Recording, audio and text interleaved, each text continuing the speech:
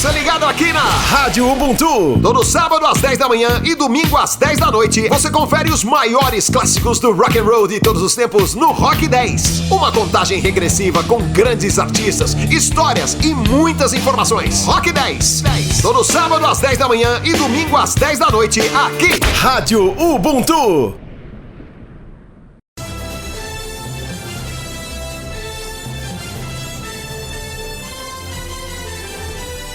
Está no ar a Voz do Brasil. As notícias do governo federal que movimentaram o país no dia de hoje. Boa noite. Boa noite para você que nos acompanha em todo o país. Terça-feira, 6 de agosto de 2024. Vamos ao destaque do dia: tecnologia. No último dia da visita do presidente Lula ao Chile, acordo para pesquisa espacial é assinado. Os dois países vão compartilhar conhecimento e experiências em ciência, tecnologia e inovação no setor. O presidente Lula falou sobre os investimentos que o Brasil vem fazendo para desenvolver a pesquisa científica no país. Retomamos o investimento por meio de encomendas tecnológicas no valor de 300 milhões de reais. Vamos fortalecer a indústria espacial e gerar os empregos e a renda necessária. E também na Voz do Brasil de hoje, combate à pobreza. Na nossa segunda reportagem da série especial sobre a retirada do Brasil do mapa da fome, vamos falar das políticas para aumento da renda. Geração de empregos, valorização do salário mínimo, programas de transferência de renda estão entre as apostas do governo para reduzir o número de brasileiros na miséria. E ainda, contagem regressiva para o concurso público nacional unificado. Cartões de confirmação de inscrição estarão disponíveis a partir de amanhã. E forte esquema de segurança está sendo organizado para garantir a lisura do maior processo seletivo para o serviço público já realizado no país. Provas estão marcadas para o dia 18 deste mês. Hoje, na apresentação da Voz do Brasil, eu, Mariana Jungmann e Luciano Seixas. E acompanhe a gente ao vivo em radiogov.ebc.com.br ou no canal Gov na sua TV aberta. Com 19 acordos fechados nas mais diversas áreas, Brasil e Chile fecharam hoje mais uma parceria na área espacial. Os dois países vão promover o intercâmbio de informação em ciência, tecnologia e inovação para o desenvolvimento de iniciativas conjuntas no setor. O convênio na área espacial foi o último compromisso da visita de 2 dias do presidente Lula ao Chile. Esse segundo dia de visita oficial do presidente Lula ao Chile começou com um encontro com a prefeita de Santiago, Iracy Hasler. Lula também se reuniu com o ex-presidente chileno Ricardo Lagos. Essa foi a 8ª visita de Lula ao Chile como presidente da República. Os dois países mantêm relações diplomáticas há 188 anos. O último compromisso no país foi a assinatura de um convênio durante a cerimônia de lançamento da pedra fundamental do Centro Espacial Nacional Chileno. Os dois países vão compartilhar conhecimentos e experiências em ciência, tecnologia e inovação no setor para fins pacíficos. O presidente Lula falou sobre a importância dessa parceria numa área considerada estratégica pelo Brasil. O setor espacial é mais estratégico do que nunca para o desenvolvimento de uma nação. Não há atividade hoje que não demande infraestrutura espacial. As comunicações, a geração de energia, a navegação e mesmo o enfrentamento à mudança do clima dependem muito do espaço. Retomamos o investimento por meio de encomendas tecnológicas no valor de 300 milhões de reais. Vamos fortalecer a indústria espacial e gerar os empregos e a renda necessária. Conseguimos no Brasil desenvolver um ecossistema de pesquisa tecnológica e aplicações espaciais robustos. Os memorandos de entendimento assinados por nossos ministros vão nos permitir explorar iniciativas conjuntas no setor espacial e em outras áreas de ponta. Como resultado da visita, Brasil e Chile assinaram 19 acordos e tratados nas mais diversas áreas, além do convênio na área espacial. E o presidente Lula ainda convidou empresários brasileiros e chilenos a investirem no país, com as oportunidades oferecidas pelo Programa de Aceleração do Crescimento. O Brasil é o terceiro maior parceiro comercial do Chile, com relação comercial de mais de 12 bilhões de dólares. De Santiago, no Chile, Luciana Colares de Holanda. A balança comercial brasileira fechou com mais um recorde positivo em julho. As exportações cresceram 9,3% em relação a julho do ano passado e fecharam o mês em quase 31 bilhões de dólares. Já as importações ficaram em 23,3 bilhões de dólares, resultando em superávit de 7,6 bilhões na corrente de comércio internacional brasileira. Os números também representam um recorde para o acumulado do ano. De janeiro a julho, o Brasil ultrapassou os 198 bilhões de dólares em exportações, crescimento de 2,4% sobre os 7 primeiros meses de 2023. Os destaques para as exportações brasileiras foram os produtos da indústria extrativa, que cresceram 11,5%, da indústria de transformação, com crescimento de 8,9%, e da agropecuária, que cresceu 8,3% em relação a julho de 2023. E as dificuldades para manter a balança comercial superavitária, ou seja, com mais exportações que importações, foram tratadas hoje pelo vice-presidente e ministro do Desenvolvimento, Indústria, Comércio e Serviços, Geraldo Alckmin, em um seminário em Brasília. Alckmin lembrou os desafios gerados pela pandemia de Covid-19, que provocou maior protecionismo dos países, reduzindo as importações. O vice-presidente e ministro destacou as políticas de desenvolvimento industrial que vêm sendo adotadas pelo governo brasileiro, como o Nova Indústria Brasil, que busca aumentar a competitividade dos produtos brasileiros. Política industrial é emprego, renda, desenvolvimento social, econômico. E o mundo mudou pós-crise de 2008. Pós-crise da Covid, que a gente observa no mundo inteiro, é um enorme protecionismo.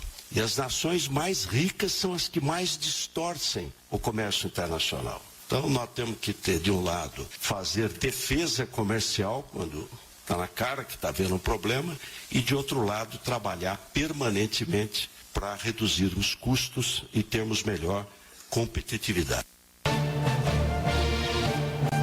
Candidatos do Concurso Público Nacional Unificado vão poder consultar os locais de prova a partir das 10 horas da manhã desta quarta-feira, por meio do cartão de confirmação de inscrição. O cartão de confirmação traz, entre outras informações, número de inscrição, data, horário e local de prova, além de registrar que a pessoa inscrita terá direito a atendimento especializado ou tratamento pelo nome social, se for o caso. O documento ficará disponível na área do candidato, na internet, em cpnu.sesgranrio.org.br.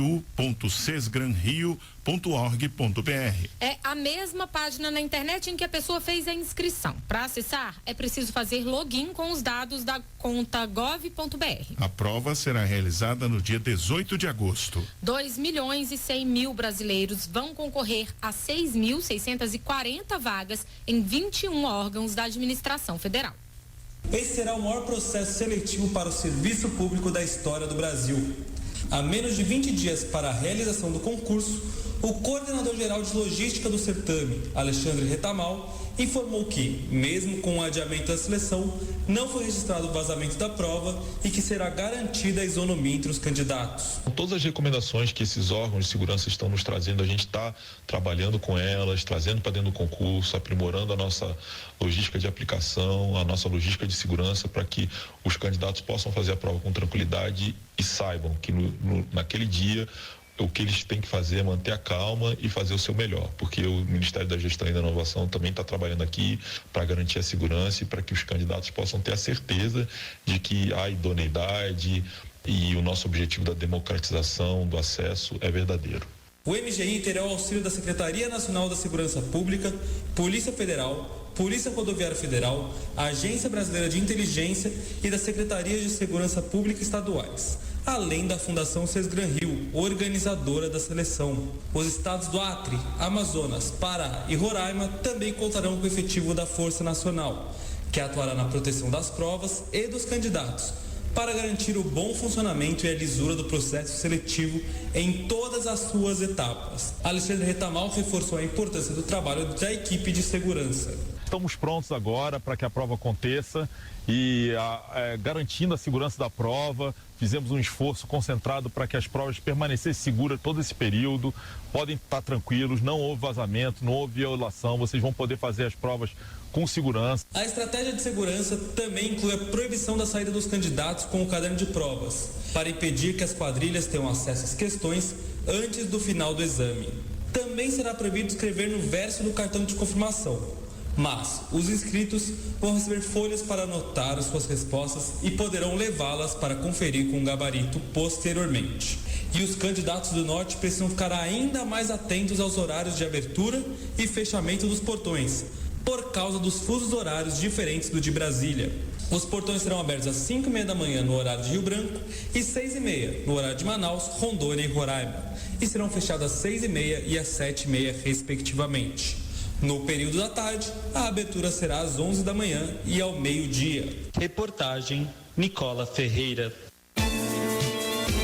Vamos falar agora de uma doença que está concentrada no norte do país. É a hepatite D. Também chamada de Delta, ela depende da presença da infecção pelo vírus da hepatite B para contaminar o indivíduo. Em 2022, foram 10.952 casos da hepatite B e 129 da hepatite D.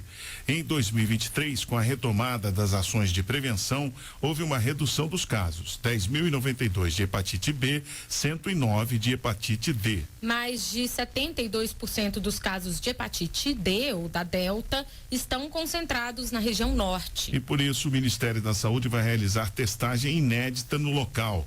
É o início de um projeto piloto para disponibilizar testes de diagnóstico e monitoramento para essa infecção, como explica Draulio Barreira, diretor do Departamento de HIV, AIDS, Tuberculose, Hepatites Virais e Infecções Sexualmente Transmissíveis. Por isso a gente começa com a implementação dessa estratégia na região norte e a partir daí vamos expandir para o Brasil inteiro, porque isso está dentro de uma estratégia maior de eliminação das hepatites no Brasil até o ano 2030. E a anemia falciforme é uma condição hereditária muito comum entre pessoas negras, especialmente em mulheres. Entre 2014 e 2020, cerca de 4 a cada 10 mil nascidos vivos no Brasil tinham a doença. E de acordo com o Ministério da Saúde, no ano passado, mais de 14 mil pacientes receberam tratamento no SUS. E em breve, novos medicamentos serão disponibilizados na rede pública de saúde. A partir do teste do pezinho, feito nos primeiros dias de vida de um recém-nascido, é possível se diagnosticar várias doenças. Uma delas é chamada de anemia falciforme. A condição muda o formato dos glóbulos vermelhos do sangue, o que prejudica a chegada de oxigênio nos tecidos. O paciente pode enfrentar crises intensas de dor, entre outros sintomas. Esse é o caso da Leidiane Santos, de 22 anos, que só descobriu a doença após as irmãs mais novas nascerem. Eu sentia muita dor, ia pro hospital, ficava internada, e aí todo mundo tentando descobrir o que era, ninguém sabia o que era. Aí quando elas nasceram, que elas fizeram o teste do pezinho, aí pegou e fez o meu também. O diagnóstico tardio pode ser realizado a partir de um exame de sangue que é disponibilizado na rede pública para toda a população. Por ser uma doença degenerativa, é importante iniciar o tratamento o mais rápido possível. Nas unidades básicas de saúde, os pacientes são acompanhados de forma contínua. E em breve, o SUS vai ofertar 2 novos medicamentos para esse tratamento. A alfa-epoetina, que é indicada para pessoas com agravamento da anemia, e uma nova apresentação da hidroxiureia, que já era ofertada em dose mais alta e agora virá na dose de 100 miligramas, facilitando o tratamento de crianças. A médica hematologista Aveline Azevedo explica os benefícios para os pacientes. Tem a medicação que já começa na infância, né? E melhora muito, né? A qualidade de vida do paciente, as internações, diminui o número de internação e melhora as crises de dor. A hidroxiureia tem mudado bastante a expectativa de vida do paciente. É muito importante esse atendimento regular para o paciente não internar tanto com crise de dor, porque cada crise de dor vai piorando, né, a qualidade de vida do paciente, afasta do trabalho, afasta das suas atividades. Os medicamentos estarão disponíveis no SUS em até 180 dias após a incorporação. Reportagem Caroline Blaut. A valorização do salário mínimo e a geração de emprego ajudaram na saída de 14.700.000 pessoas da fome severa. É o que avalia o Ministério do Trabalho e Emprego. Na reportagem de hoje sobre o mapa da fome, vamos falar sobre o trabalho para retirar o Brasil dessa condição. Marta Carine Farias é copeira. Depois de 7 meses desempregada, voltou ao mercado de trabalho esse ano. Agora, com a renda dela e do marido, que trabalha como porteiro, as contas da família não são mais uma preocupação no fim do mês.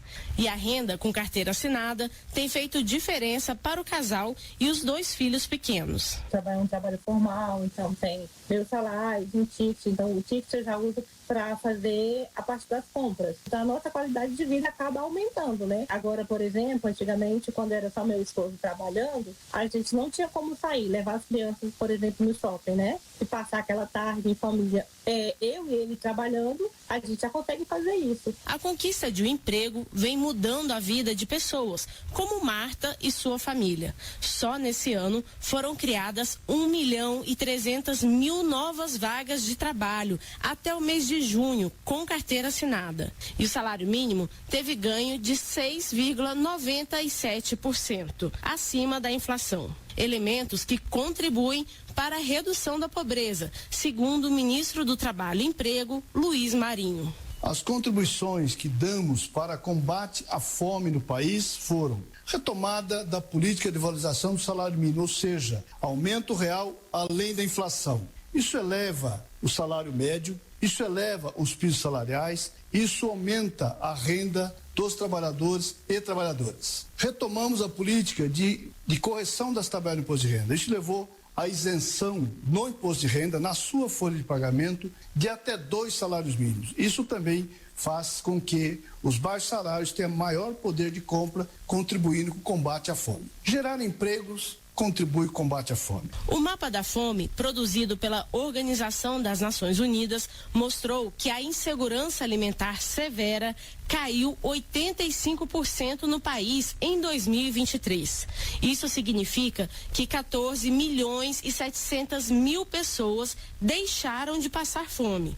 Além da geração de empregos, programas de distribuição de renda, como o Bolsa Família, contribuíram para esse número. Para se ter uma ideia, em julho deste ano, o programa alcançou mais de 20 milhões de famílias brasileiras. Para José Graziano, ex-presidente da FAO, Organização das Nações Unidas para a Alimentação e Agricultura, programas de distribuição de renda contribuem na estruturação e dignidade das pessoas. Os programas de combate à fome não se resumem a assistenciais. E muitas vezes a gente fala o assistencial como pejorativo, embora muitas pessoas precisem de programas assistenciais. Os benefícios de prestação continuada, por exemplo, são as pessoas que não têm capacidade de trabalho por terem uma doença, por terem alguma deficiência. É preciso dar a essas pessoas condições de viver com dignidade. E nesta terça-feira, a FAO realizou no Chile um encontro entre diversos países para debater o combate à insegurança alimentar. O ministro do Desenvolvimento e Assistência Social, Família e Combate à Fome, Wellington Dias, destacou a importância de ações para combater a pobreza. O Sistema Único da Assistência Social e o Sistema de Segurança Alimentar.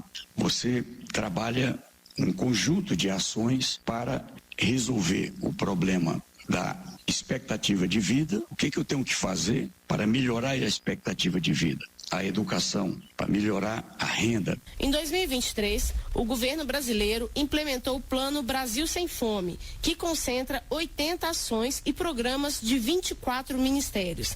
A iniciativa é organizada em 3 eixos: acesso à renda, redução da pobreza e promoção da cidadania, alimentação adequada e saudável e mobilização para erradicar a fome. Reportagem Raquel Mariano. E amanhã a gente vai falar sobre como a agricultura familiar contribui para retirar famílias da miséria. Olá, ouvintes. A Voz do Brasil vai completar 90 anos em 2025. É isso mesmo, Giovana. É o programa de rádio diário mais antigo do mundo. A Rede Brasileira de Radiodifusão, a Voz do Brasil. E para manter essa história, convidamos os ouvintes que tenham qualquer arquivo antigo da Voz para compartilhar conosco. O material pode ser entregue nas sedes da EBC ou acesse voz.gov.br/90 anos e saiba como participar. Brasil nas Olimpíadas. No Brasil, estamos de olho nos atletas em Paris. E muita gente que está em Paris está de olho no Brasil, pensando em visitar o nosso país. Para divulgar o Brasil e atrair cada vez mais turistas durante o período das Olimpíadas, a Casa Brasil, na capital francesa, está apresentando toda a nossa diversidade cultural e artística. E os nossos ritmos de norte a sul são um dos principais atrativos no espaço, que conta com o patrocínio da Embratur. Axé, frevo, capoeira. Quem vai até a Casa Brasil, em Paris, se sente realmente visitando o nosso país em meio a tantos sons e ritmos. Essa diversidade cultural chamou a atenção da Emma Ruggeri, da Eslováquia, que achou tudo muito divertido. Absolutely. I love it. Símbolo do carnaval brasileiro, o samba surgiu no século XX. O pandeiro, o tamborim, o cavaquinho e o violão fazem dele um ritmo inconfundível. Zivana Kiss, que tem 13 anos, se mudou para a França com a família em 2022 e ficou feliz de ver turistas se interessando pelo samba e pelo Brasil. É legal ver que as pessoas estrangeiras estão aprendendo mais sobre a cultura do Brasil, porque eu amo muito o Brasil e eu acho que tem mais gente que deveria saber o que tem de bom. A capoeira também tem seu espaço na Casa Brasil. Elementos da luta, da dança e da música ao som do berimbau fazem dela uma manifestação única da nossa cultura. Levada ao Brasil no século XVII por escravos africanos, a capoeira foi reconhecida em 2008 como patrimônio cultural e imaterial da humanidade.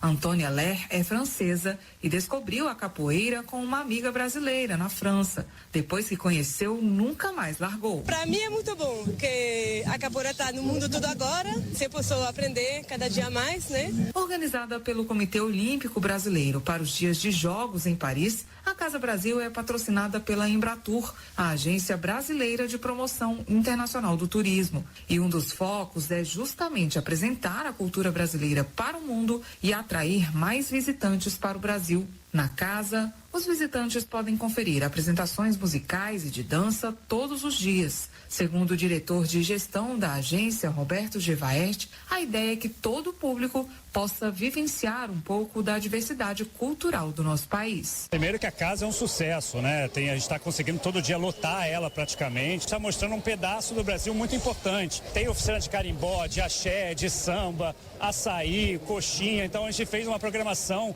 bem diversificada, tanto na culinária quanto na parte cultural, para mostrar tudo que a gente tem, todo o potencial que o Brasil tem que mostrar para convencer mais estrangeiros a visitar o Brasil. Deus e divindade infinita do universo. Na Casa Brasil, o Norte e o Nordeste estão bem representados pelo axé baiano e pelo carimbó paraense. Eu fui cantar carimbó lá no Verão. Natural de Belém, no Pará, o carnavalesco e pesquisador Milton Cunha, que passou pela Casa Brasil, destacou a riqueza dessa dança típica da Ilha do Marajó e falou da importância de um espaço como a casa para divulgar nossas riquezas culturais. É tão grande o nosso país que você tem tantos ritmos, tantas formas de dançar, todas lindas, todas respeitáveis, né? Porque não tem que ter só um tipo de remeleixo, né? São vários remeleixos. Então a Casa Brasil justamente é uma reunião de toda essa beleza que o Brasil tem e deve mostrar para o mundo. E para fechar esse nosso circuito cultural pela Casa Brasil, nada melhor do que a energia do frevo, típico de Pernambuco e que embala o carnaval de Recife e Olinda. De Paris, na França, Jéssica Gonçalves. E uma última notícia, o Rio Grande do Sul foi liberado do estado de emergência zoossanitária para a doença de Newcastle em aves comerciais. Por questões de segurança, o Ministério da Agricultura e Pecuária mantém a restrição à exportação de produtos avícolas numa área de 10 quilômetros, onde foi encontrado o foco da doença, no município de Antagorda. Desde o dia 19 de julho, quando foi declarado o estado de emergência, o Ministério comunicou à Organização Mundial de Saúde e adotou todas as providências para limpeza e desinfecção da área do foco. A doença de Newcastle afeta aves domésticas e silvestres que apresentam sinais respiratórios e neurológicos. E essas foram as notícias do governo federal. Fique agora com as notícias do Poder Judiciário e do Congresso Nacional. Boa noite. Boa noite para você, até amanhã. A Voz do Brasil. Governo Federal.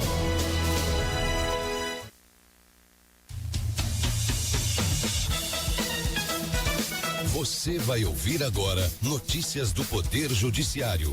STF suspende decisões que impediam em Itaipu de negociar terras para indenizar indígenas. A partir desta terça-feira entram em vigor diversas proibições impostas às emissoras em relação às eleições.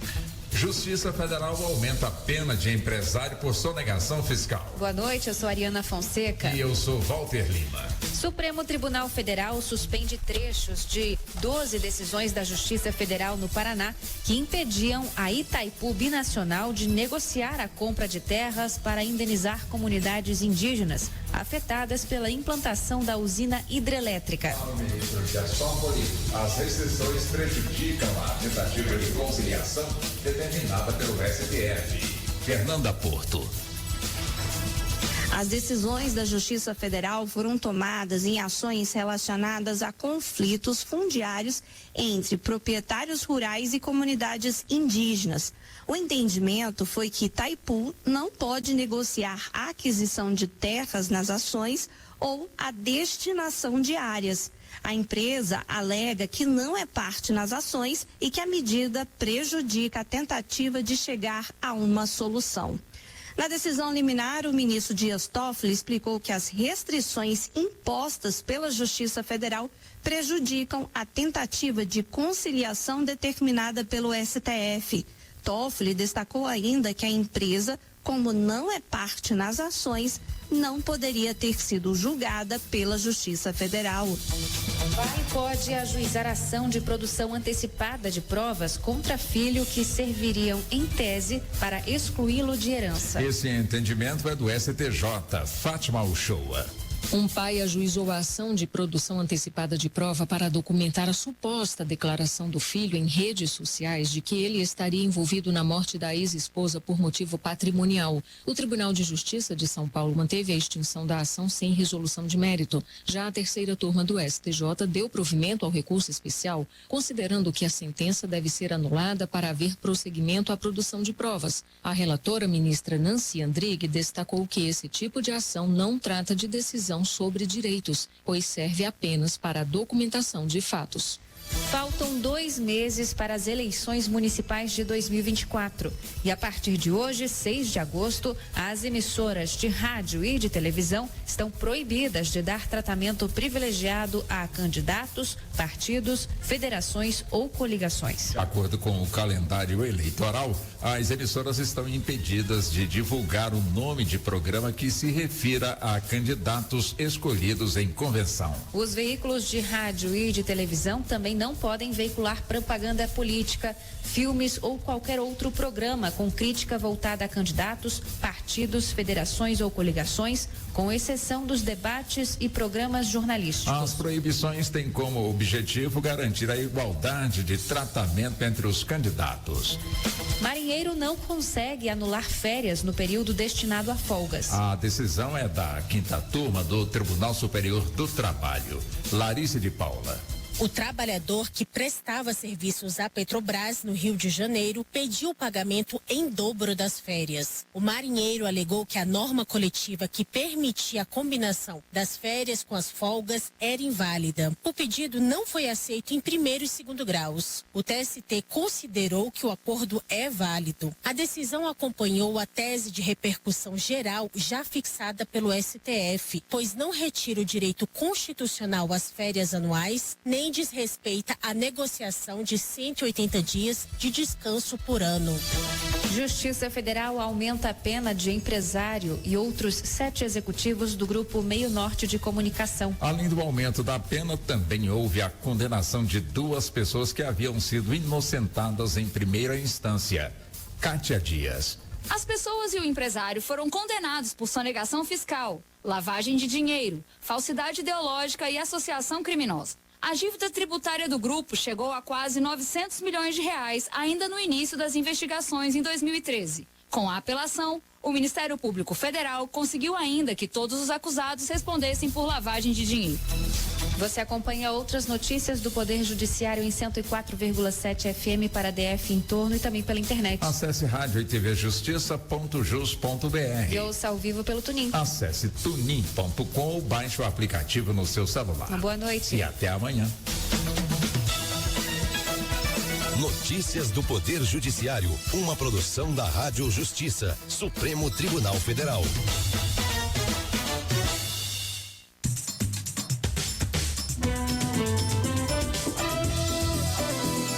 Está no ar o Jornal do Senado. Eu sou Paula Groba e estes são os destaques de hoje do Jornal do Senado, que começa agora. Rodrigo Pacheco acredita em acordo sobre desoneração da folha de pagamento sem aumento de impostos. Comissão aprova isenção de FGTS e INSS para aposentados que trabalham. Senadores vão ao Ceará apurar tentativa de fuga em presídio de Itaitinga.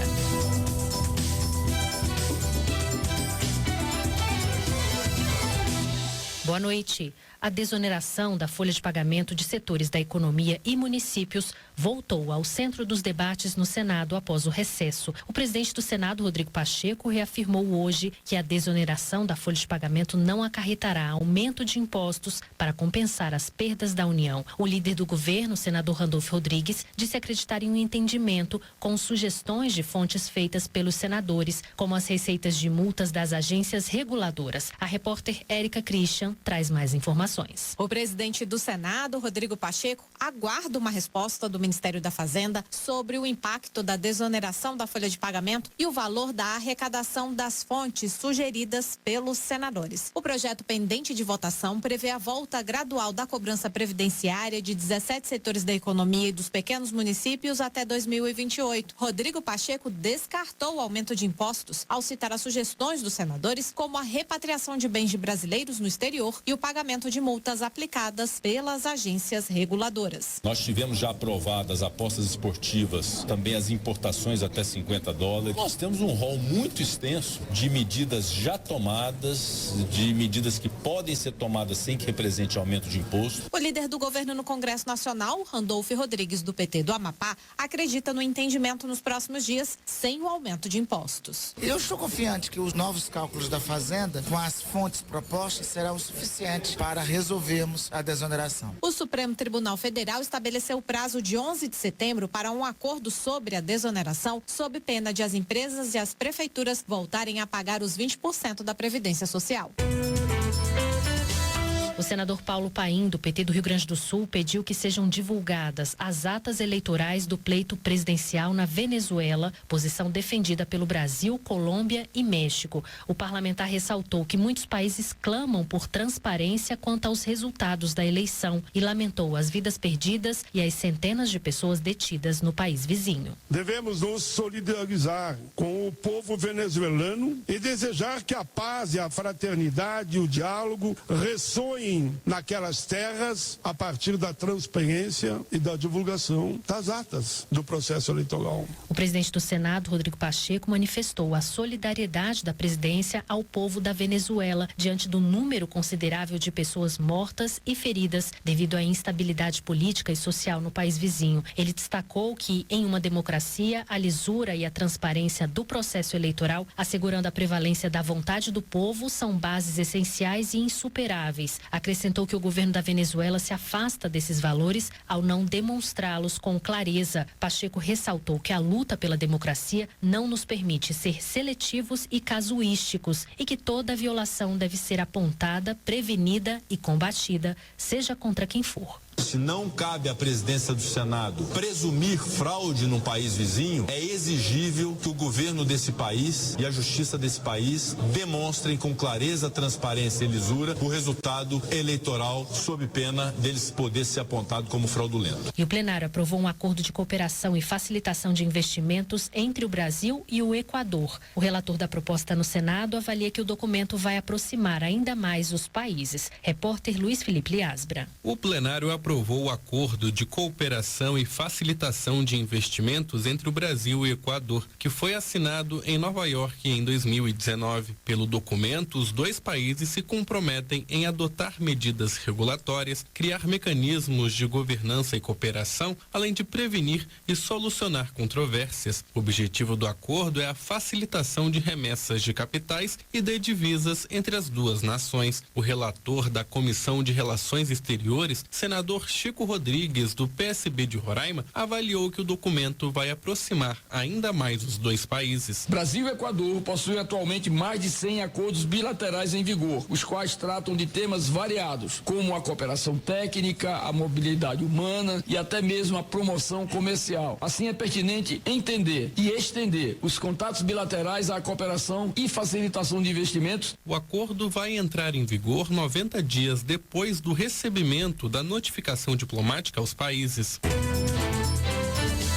A Comissão de Segurança Pública aprovou um pedido de diligência externa no Ceará para apurar uma tentativa de fuga na unidade prisional de Itaitinga. O episódio aconteceu no último sábado. O repórter César Mendes tem os detalhes. A Comissão de Segurança Pública vai realizar uma diligência no Ceará nesta sexta-feira, 9 de agosto, para investigar as notícias de uma possível fuga de presos da unidade prisional de Itaitinga, município situado a 33 quilômetros da capital do estado, Fortaleza. A diligência foi aprovada como item extra-pauta na reunião deliberativa do colegiado desta quarta-feira, atendendo a um pedido do senador Eduardo Girão, do Novo do Ceará, que disse que as notícias a respeito do episódio têm sido contraditórias, porque, segundo ele, o governo do estado nega que a fuga tenha acontecido. Que a gente possa ouvir todos os atores envolvidos nisso, a OAB, o secretário de administração penitenciária, o sindicato dos policiais penais, a Defensoria Pública, o Tribunal de Justiça.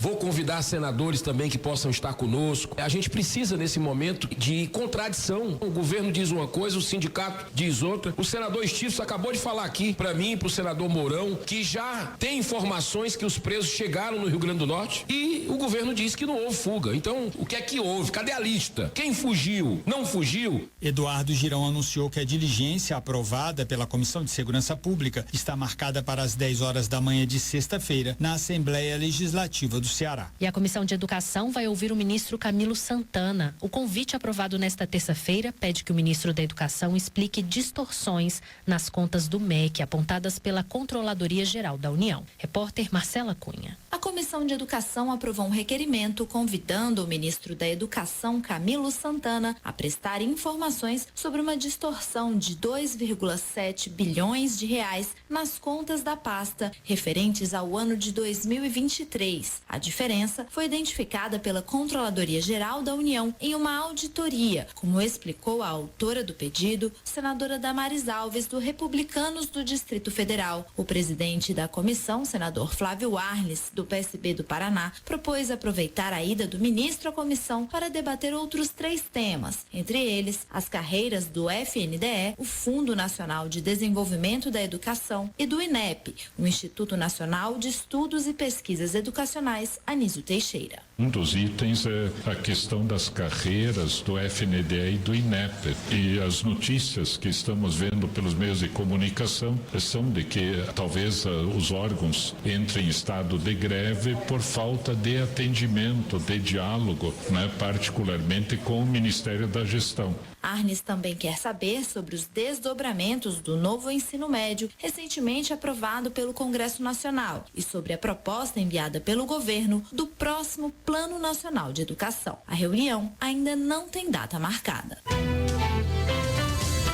Avançou no Senado o projeto que incentiva a contratação de idosos aposentados. O texto aprovado isenta aposentados que continuam no mercado de trabalho e empresas contratantes do recolhimento do Fundo de Garantia do Tempo de Serviço, FGTS, e da contribuição ao INSS. A proposta seguiu para análise do plenário. Repórter Bruno Lourenço. Aprovado pela Comissão de Assuntos Econômicos, o projeto isenta funcionários e patrões das contribuições previdenciárias nos casos de contratações de aposentados, além de dispensar os empregadores do depósito prévio do FGTS e de indenizar o trabalhador em caso de demissão. A relatora Margarete Busetti, do PSD de Mato Grosso, destacou que os benefícios somente serão concedidos se a empresa aumentar o número de funcionários, limitado a 5% da folha de pagamento. A empresa não pode inventar um número, de trabalhadores. É do ano anterior, o número de trabalhadores do ano anterior, 5%. O líder do governo, Jacques Wagner, do PT da Bahia, encaminhou o voto contrário à proposta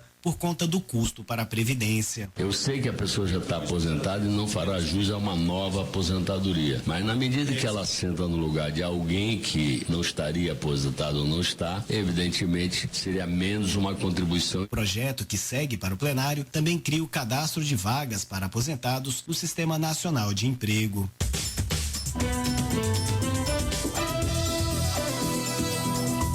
Com trabalhos técnicos de Eliseu Caires, o Jornal do Senado fica por aqui. Acompanhe agora as notícias da Câmara dos Deputados. Boa noite e até amanhã.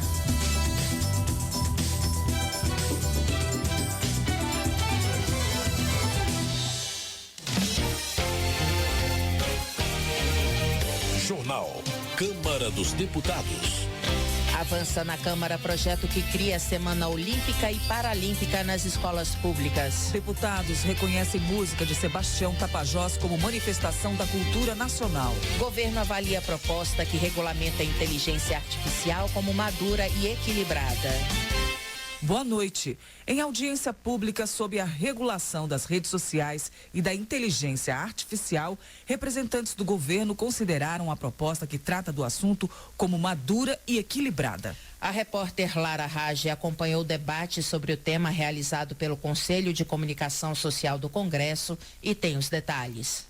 Representante da Secretaria de Políticas Digitais da Presidência da República, Marina Pita avalia que a proposta que regulamenta a inteligência artificial em análise no Senado Federal está madura e equilibrada. A gente entende que o texto atingiu maturidade, equilibrando posições de diversos órgãos do governo. São mais de 19 ministérios envolvidos nessa discussão. E a versão atual, ela é menos prescritiva que as anteriores, e a gente entende que esse é o equilíbrio necessário para equilibrar inovação e proteção. Marina Pita participou de audiência pública sobre a regulação das redes sociais e da inteligência artificial, promovida pelo Conselho de Comunicação Social do Congresso Nacional. O projeto de regulamentação da inteligência artificial define regras gerais sobre o tema e está sendo debatido na Comissão Temporária Interna sobre Inteligência Artificial no Brasil. Apresentado pelo presidente do Senado, Rodrigo Pacheco, o projeto é fruto do trabalho de uma comissão de juristas e está sendo analisado junto a outras 9 propostas. Para Marina Pita, o texto preocupa-se de forma adequada com a integridade da informação, conceito que ela considera essencial. A representante da Secretaria de Políticas Digitais acrescentou que a regulação da inteligência artificial não resolve o problema da regulação das redes sociais e que esta regulação não deve cair em conteúdos individuais. Segundo ela, é preciso proteger a liberdade de expressão como um direito coletivo e difuso, além de dar transparência em torno da publicidade nas redes. E para isso, a regulação de mercados e serviços digitais é essencial. O Senado já aprovou em 2020 um projeto que pretende regulamentar as redes sociais e combater as chamadas fake news, mas o texto aguarda a análise da Câmara desde então. O presidente do Conselho, Miguel Matos, lembrou que o Tribunal Superior Eleitoral regulamentou de forma inédita o uso da inteligência artificial para a campanha para as eleições municipais de 2024. Entre as medidas estão a proibição das deepfakes, obrigação de aviso sobre o uso de inteligência artificial na propaganda eleitoral, restrição do emprego de robôs para intermediar contato com o eleitor e responsabilização das big techs que não retirarem do ar imediatamente conteúdos com desinformação, discursos de ódio, antidemocráticos, racistas e homofóbicos. Mas, na visão da pesquisadora Marilda Silveira, doutora em Direito Administrativo, a regulamentação do uso da inteligência artificial nas eleições também deve ser discutida no Parlamento, concomitantemente à discussão sobre as normas gerais para regular a tecnologia. Ela explica que, da mesma forma que se determinou aos veículos de rádio e TV a obrigação de não tomar posição nos debates eleitorais, é preciso impor a obrigação de não tomar partido às grandes plataformas digitais e fiscalizar isso. Advogado especialista em direito digital, Fabrício da Mota Alves destacou que um dos pontos cruciais da discussão é a definição de um órgão regulador para tratar do tema. No atual estágio da discussão no Senado, a proposta é que esse órgão seja a Autoridade Nacional de Proteção de Dados, o que ele considera apropriado. O advogado defende ainda que as discussões no parlamento levem em conta a proposta do Plano Brasileiro de Inteligência Artificial para 2024 a 2028, divulgada em 30 de julho pelo governo. Conselheiros do Conselho de Comunicação Social ressaltaram a defesa da educação midiática nas escolas para o reconhecimento e o uso das tecnologias de inteligência artificial. Da Rádio Câmara de Brasília, Lara Raj. Economia. Charles Fernandes, do PSD da Bahia, defende a aprovação de projeto que busca corrigir falhas da legislação atual sobre geração de energia eólica e solar. Ele explica que o texto prevê um modelo semelhante ao sistema de distribuição de royalties do petróleo.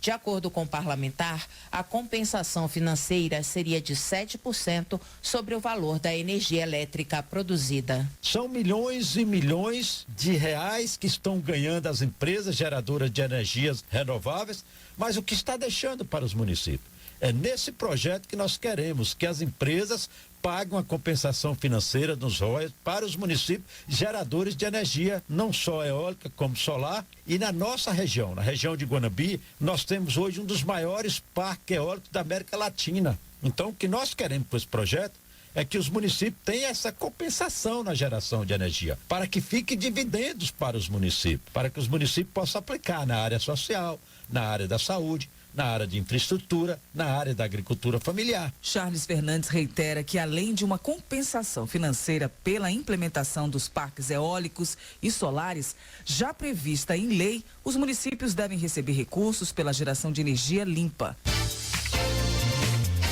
Entrou em vigor a lei aprovada pelo parlamento que cria incentivos à produção de hidrogênio verde. Mas os vetos do presidente Lula a 6 artigos do texto ainda terão que ser analisados pelo Congresso Nacional, como informa a repórter Silvia Munhato. Foi sancionada a lei que cria diretrizes para a produção, transporte e uso do hidrogênio verde, um gás combustível. No caso, a separação do hidrogênio na molécula da água é feita a partir da eletricidade gerada por fontes renováveis, como eólica e solar. O presidente Lula vetou 6 artigos que criavam o Programa de Desenvolvimento de Hidrogênio de Baixa Emissão de Carbono, com o objetivo de financiar a transição energética para a produção do hidrogênio verde. Segundo o Planalto, os incentivos previstos no programa contrariam a legislação orçamentária. Os vetos terão que ser analisados pelos deputados e senadores em sessão do Congresso Nacional. Mas a lei prevê a criação do regime especial de incentivos para a produção de hidrogênio de baixa emissão de carbono, o REHIDRO. As empresas produtoras registradas no regime terão suspensão de PIS, COFINS, PIS importação e COFINS importação na compra ou importação de máquinas, aparelhos, instrumentos e equipamentos novos e de materiais de construção destinados aos projetos de hidrogênio. Os benefícios vão valer por 5 anos. O deputado Arnaldo Jardim, do Cidadania de São Paulo, relator do texto, disse no plenário da Câmara que a regulamentação brasileira ficou bastante avançada. A maior parte do hidrogênio produzido no mundo é a partir de combustível fóssil, com percentuais de gás de efeito estufa muito superior a isso. Nós fizemos uma clara e decidida alternativa. Toda a rota que essa legislação prevê é hidrogênio de baixa emissão de carbono. Aqui no Brasil, nós não medimos só o carro elétrico pelo seu movimento. Nós medimos do posto à roda e vamos medi-lo agora do berço ao túmulo. Então, nosso critério é muito mais ousado, é muito mais amplo. A lei prevê ainda um sistema voluntário de certificação para as empresas, por meio de um sistema brasileiro de certificação do hidrogênio. O certificado atestará a intensidade das emissões de gases do efeito estufa na produção do hidrogênio. A lei que cria estímulos à produção de hidrogênio verde foi sancionada no Ceará, estado que já tem projetos em andamento para o setor. Da Rádio Câmara de Brasília, Silvia Minhato. Trabalho. Projeto apresentado por Dr. Luiz Ovando, do PP de Mato Grosso do Sul, dispõe sobre o afastamento do empregado do trabalho para acompanhamento de filho menor de idade por motivo de saúde. Ao lembrar que esse direito já é assegurado aos servidores públicos, o deputado defende a isonomia para que trabalhadores do setor privado tenham a mesma proteção. E o que acontece quando você, com uma criança de 5 anos, 6 anos, vai ao médico, mas diz assim, ela está com amidalite, febre alta e precisa ficar em casa e alguém dá remédio para ela. E se você não tem com quem deixar, você não tem um avô, uma avó, essa criança tem que ficar abandonada, porque não é permitido se afastar do serviço. O funcionário público é permitido, mas a empresa privada não consegue, além de um dia apenas. Dr. Luiz Ovando enfatiza que a medida é importante para garantir que crianças doentes recebam cuidado adequado em casa, evitando a contaminação dos colegas nas escolas. O deputado acrescenta que a presença dos pais tem um papel significativo na recuperação rápida e eficaz de seus filhos. Desenvolvimento regional. Toninho Vancher, do PP do Paraná, defende a criação de um fundo constitucional de financiamento para as regiões Sul e Sudeste, a exemplo do que já existe para o Norte e o Nordeste. O deputado comenta que os recursos serviriam, por exemplo, para custear obras de infraestrutura. É algo interessante que leva o dinheiro lá na ponta onde ele precisa estar para resolver os problemas de gargalos de infraestrutura, como nós temos no Paraná. O Paraná hoje nós temos uma estrada só, a BS-277 que chega a Porto de Paranaguá. Se acontece um acidente, paralisa todo, o porto fica isolado. Então temos que viabilizar novos traçados de rodovias, de ferrovias, para melhorar ainda mais. O Paraná é um estado que cresce muito, então nós temos hoje um gargalo enorme, que é o Porto de Paranaguá, a melhoria no porto e também o acesso ao Porto de Paranaguá. Toninho Vancher também acredita que o fundo seria crucial para atender a emergências como a tragédia causada pelas enchentes no Rio Grande do Sul. A ideia, segundo o deputado, é proporcionar um desenvolvimento equilibrado do país. Esporte. Avança na Câmara projeto de lei que cria a Semana Olímpica e Paralímpica nas escolas. O repórter João Gabriel Freitas conta como deve funcionar. No ano das Olimpíadas de Paris, avança na Câmara dos Deputados um projeto que institui a Semana Olímpica e Paralímpica nas escolas públicas. O objetivo da proposta é criar um marco anual na educação brasileira para incentivar o exercício físico e os valores da cultura olímpica, como espírito esportivo, solidariedade e respeito. Pela proposta, competições e dinâmicas devem ser desenvolvidas de forma multidisciplinar e devem seguir o planejamento pedagógico de cada escola. O projeto foi aprovado pela Câmara em 2019 e enviado ao Senado. Os senadores fizeram 2 alterações principais. O texto original determinava que a Semana Olímpica se iniciasse obrigatoriamente no dia 23 de junho, Dia Olímpico Internacional. Porém, o Senado sugeriu que a data fosse usada apenas como referência para a realização do evento. Assim, as instituições de ensino teriam autonomia de escolher o período da Semana Olímpica de acordo com as suas particularidades. Outra alteração indicada pelo Senado é a inclusão dos valores paralímpicos. Dessa forma, o evento também serve como instrumento de incentivo ao esporte de pessoas com deficiência. As alterações foram aprovadas pela Comissão de Educação da Câmara. O relator na comissão, o deputado Rafael Brito, do MDB de Alagoas, afirma que a soma do esporte paralímpico reforça o poder inclusivo da educação. Integrar e incluir pessoas com deficiência dentro do ambiente escolar é um jogo de ganha-ganha para todo mundo. Ganha quem está sendo incluído e ganha para aqueles que estão recebendo a pessoa com deficiência, que aprendem no dia a dia o quão é importante a tolerância, a inclusão. Agora, a criação da Semana Olímpica e Paralímpica nas escolas públicas será avaliada pela Comissão de Constituição e Justiça da Câmara dos Deputados. Da Rádio Câmara de Brasília, João Gabriel Freitas. Turismo. relatora do projeto que cria a política de apoio ao turismo rural, Ana Paula Leão, do PP de Minas Gerais, afirma que o segmento está crescendo nas últimas décadas. Para a deputada, o Brasil precisa fomentar mais o setor e valorizar o campo. Hoje nós temos pelo interior do Brasil fazendas coloniais, temos vinícolas, que é muito interessante, temos rotas de cachoeira e tudo isso é importantíssimo, porque é uma forma do produtor também ter um recurso a mais, não só oriundo da atividade rural. Então, por isso a gente precisa incentivar e muito o turismo rural no Brasil. Ele representa 3% do mercado turístico hoje, 250 mil postos de trabalho e movimentou em 2019 cerca de 10 bilhões de reais. E principalmente depois da pandemia, as pessoas procuram um lugar com mais tranquilidade, procuram mais a natureza para estar fazendo as suas viagens, descansando e realmente, né, é bem melhor se descansar no campo do que numa cidade. Ana Paula Leão ressalta que atualmente Minas Gerais é um dos destinos mais procurados para o turismo rural, já que o estado possui várias vinícolas e oferece diversos passeios rurais, além de ser referência na produção de café. Meio Ambiente. Chico Alencar, do PSOL do Rio de Janeiro, faz um alerta sobre o colapso ambiental que o planeta enfrenta. Ele afirma que isso é resultado de práticas insustentáveis de ocupação, produção e distribuição de recursos, o que gera efeitos alarmantes no meio ambiente. O deputado enfatiza o que é preciso fazer para reverter esse quadro. É preciso ações tópicas, pontuais, imediatas. Nós temos biomas riquíssimos, o da Amazônia, e os rios lá estão diminuindo o seu leito. Nós temos o bioma do Cerrado, cujo desmatamento tem crescido por causa da fronteira agrícola, do agronegócio, e todos eles estão ameaçados. A própria Mata Atlântica, que tem dificuldade de preservar o que resta de floresta original. Ora, como fazemos isso? Essas políticas gerais, frutos de acordos internacionais que têm que descer do papel para a vida. Senão o acordo de Tóquio, de Paris, não adianta nada. Se ficar só no discurso ou no documento, na declaração de intenções. Além disso, Chico Alencar afirma que é preciso valorizar os órgãos de fiscalização ambiental. Ele ressalta a necessidade de aprovar planos de carreira para os servidores do Ministério do Meio Ambiente e do IBAMA e realizar concursos públicos para órgãos de controle ambiental. Cultura.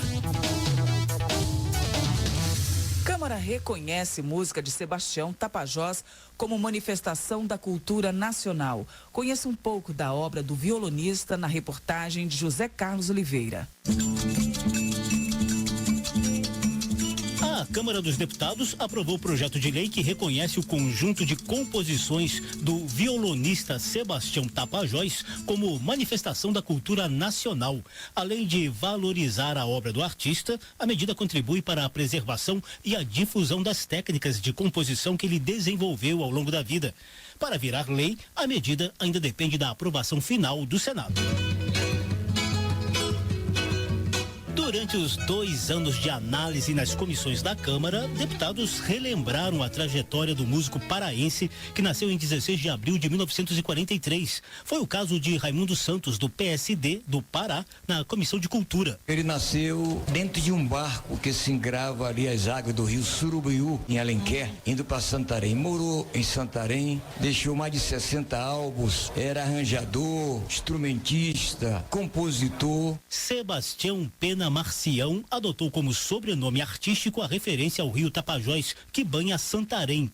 Autor da proposta de reconhecimento da música de Sebastião Tapajós como manifestação da cultura nacional, o deputado Ayrton Faleiro, do PT do Pará, destacou a importância do violonista para a difusão da cultura regional mundo afora. Estudou nos maiores centros musicais da Europa, sem nunca ter perdido suas referências amazônicas. Fez parcerias de sucesso com artistas igualmente consagrados.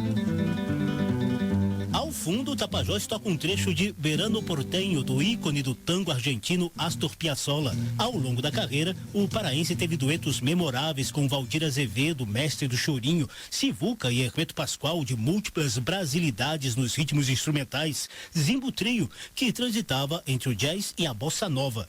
Tapajós ainda compôs e tocou ritmos populares como esse afro-samba. Sebastião Tapajós é muito conhecido pela música instrumental, mas ele também teve a obra enfeitada por versos de parceiros como Billy Blanco e Maria Nazar. É o caso desse Tamborim de Prata, cantado aqui por Arnaldo Henriques. Na Comissão de Constituição e Justiça da Câmara, o relator deputado Luiz Couto, do PT da Paraíba, explicou o que esse reconhecimento da música de Sebastião Tapajós vai representar na prática. Sebastião Tapajós teve uma importância fundamental. O reconhecimento dá inspiração para outras gerações, bem como para projetos que visam a preservação e a divulgação da sua obra. Ayrton Faleiro concordou. Vejo no Instituto Sebastião Tapajós, criado com ele ainda em vida, como uma organização capaz de manter viva a memória dele e abrigar os que querem levar em frente suas ideias e seus projetos, seus sonhos. Ao longo da carreira, Sebastião Tapajós ganhou vários prêmios internacionais, entre eles Melhor Disco Estrangeiro com o álbum Guitarra Latina e Melhor Álbum de 1981 na categoria Folclore com o álbum Guitarra Crioula. O músico paraense morreu aos 79 anos de idade em 2 de outubro de 2021 em Santarém. Da Rádio Câmara de Brasília, José Carlos Oliveira. Termina aqui o jornal Câmara dos Deputados com trabalhos técnicos de Everson Urani e apresentação de Val Monteiro e Luciana Vieira. Uma boa noite para você. A Voz do Brasil volta amanhã. Boa noite. Você ouviu A Voz do Brasil. Boa noite.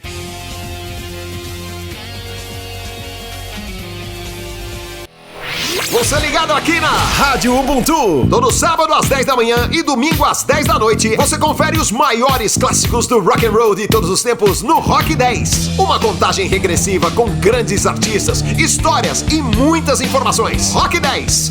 Todo sábado às 10 da manhã e domingo às 10 da noite, aqui. Rádio Ubuntu.